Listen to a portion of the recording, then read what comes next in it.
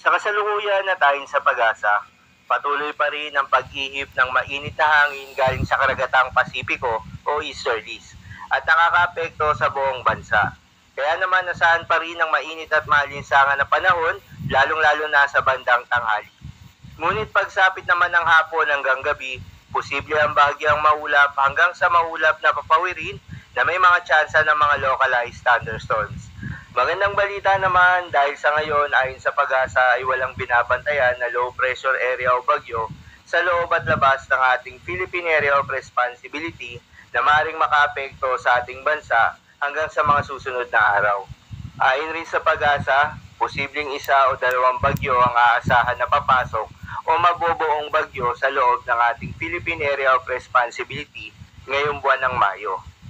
Dahil nga sa epekto nitong easterlies, asahan ngayong araw ng linggo sa Eastern Visayas ang maulap na kalangitan na may kalat-kalat na pagulan at pagkidlat-pagkulog.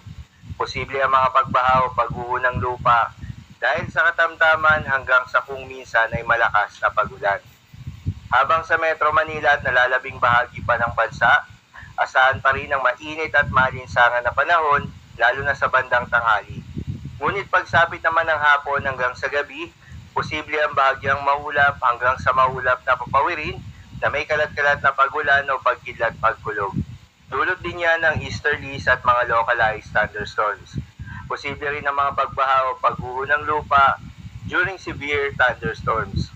Kaya naman pinag-iingat pa rin yung mga kababayan natin sa banta ng mga pagbaha o pagguho ng lupa, lalong-lalo na sa mga lugar na inuulan na noong mga nakaraang araw pa. Para naman sa lagay ng mga dagat baybayin, ayon sa pag-asa ay wala namang nakataas na gale warning sa anumang seaboards ng ating bansa. Kaya naman malayang makakapamalaot yung mga kababayan nating mangingisda, pati na rin yung may mga maliliit na sasakyang pandagat.